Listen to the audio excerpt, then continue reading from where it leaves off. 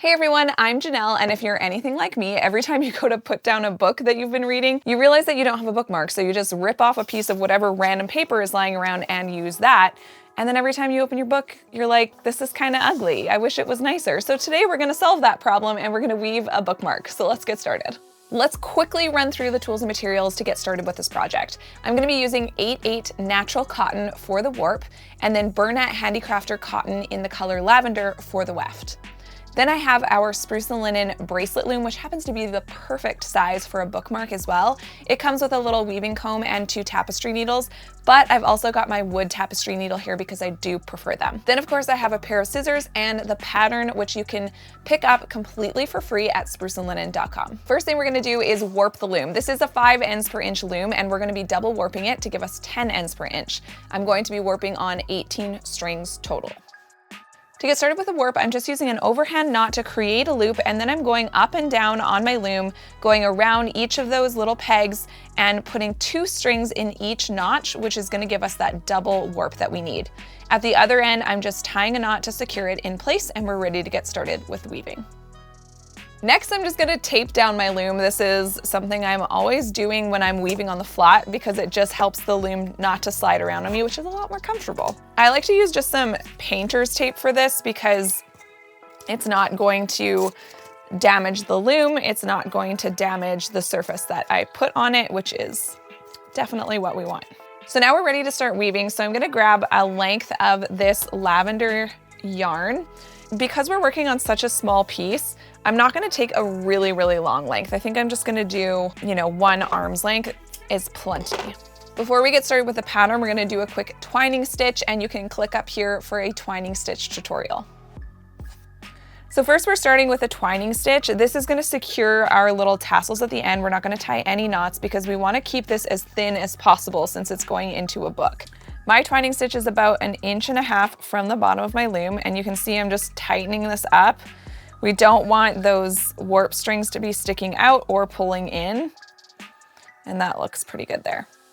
Now let's talk about the pattern. This is a pretty easy pattern, and we're going to be weaving it 4 times, but then we need to end with row 1. So as you can see here, this is the tip of the diamond, and we need to get that in at the top as well once we're finished. All the gray blocks represent going over 1 warp string, and all the white blocks represent going under 1 warp string. So let's do a couple rows together so that you can get the hang of it. And we're starting with over 2 warp strings, then it's under 2.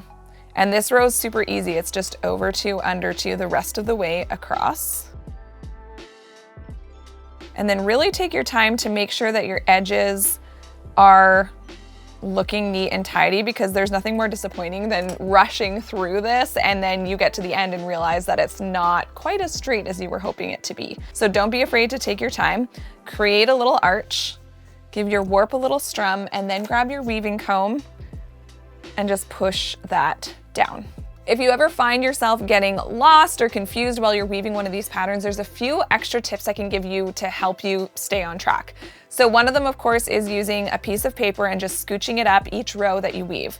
Another one is actually checking off the rows that you've done. So we've done row 1, so we're gonna check this one off. And then as you go, hopefully that will help you not get as lost. And then the last thing you can do, if you're really finding it hard to not be distracted by the other rows, you can grab another piece of paper and cover up everything that's going on here. So now we're gonna move up to the next row, and we're on row 2. So we're starting with under 3 warp strings, over 2, under 2, over 4, under 2, over 2, under 3. I'm holding this string kind of just like with my fingernail while I pull the purple string tight, and then again creating that arch, giving the warp a little bit of a strum, and beating that down. You don't want to beat down too hard because this is a twill pattern, so we want to see the pattern come through and not be too squished down. And now we're ready for the next row. So row 3 is over 1, under 1, over 2, under 2, over 2, under 2, over 2, under 2, over 2, under 1, and over 1. Now we can start to see that that pattern is coming through. Scooching up to row 4, and we're just gonna continue that same process. Under 1, over 2, under 2, over 2, under 4, over 2, under 2, over 2, under 1.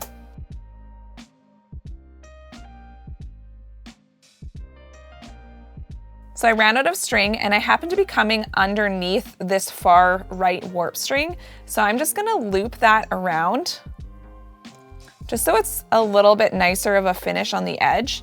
And I'm gonna tuck that in later. And then all I'm gonna do is grab another length of the yarn and keep going with my pattern. So now that I've started a new piece, I'm leaving this nice long tail here because we're gonna need to tuck that in the back later. And you can just let it hang out just like that.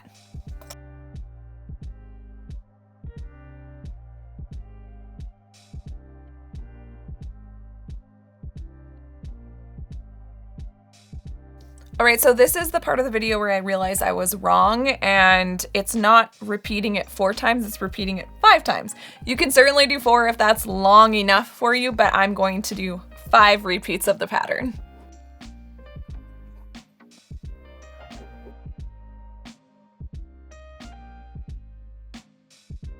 Now that I've repeated the pattern 5 times, not 4 like I initially thought, we just need to do 1 more row, and that's row 1, and that will make everything nice and symmetrical.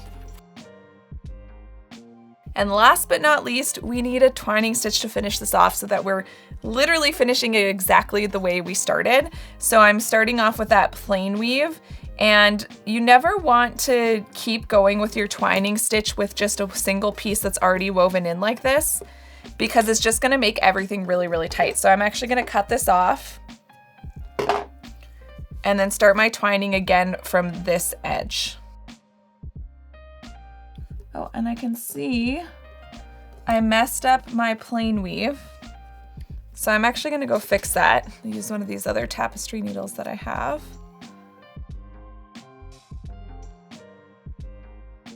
We're all done with the weaving, so now we're gonna flip this over and tuck in all of those ends. So we'll just take off the tape.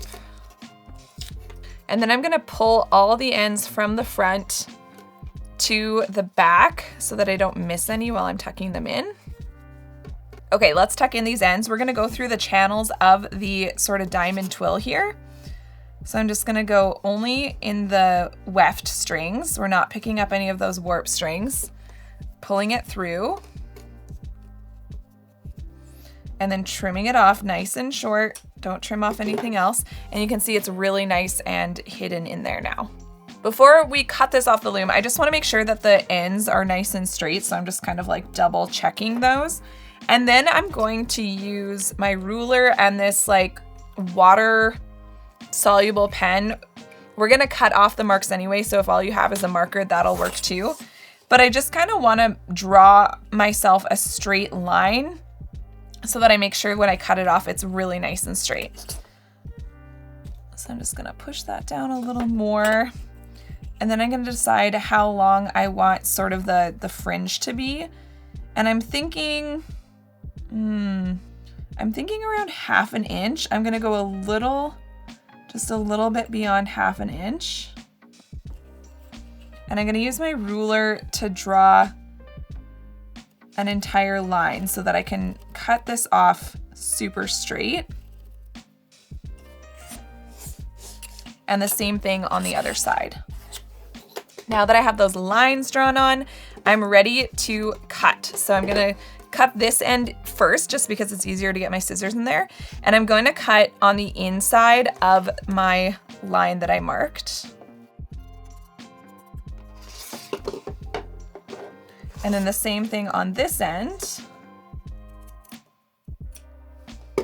And we're almost finished. We're gonna do a couple more extra steps. So the first extra step I'm gonna do is I'm gonna use this rope brush from Unfettered Co. You can also use something like a cat brush. They're very similar if that's all you have. And I'm just going to try to comb out just the fringe trying really hard not to touch any of the actual weft strings. So I'm just combing it out so that it unravels the warp string and it just looks a little bit more full. Then after that, I'm just gonna cut off the little fuzzies that I kind of pulled out while doing that. And we have completed a woven bookmark. Oh my gosh, you guys, it is so cute. It's finally time. I can replace my ripped up piece of paper and put in my beautiful bookmark.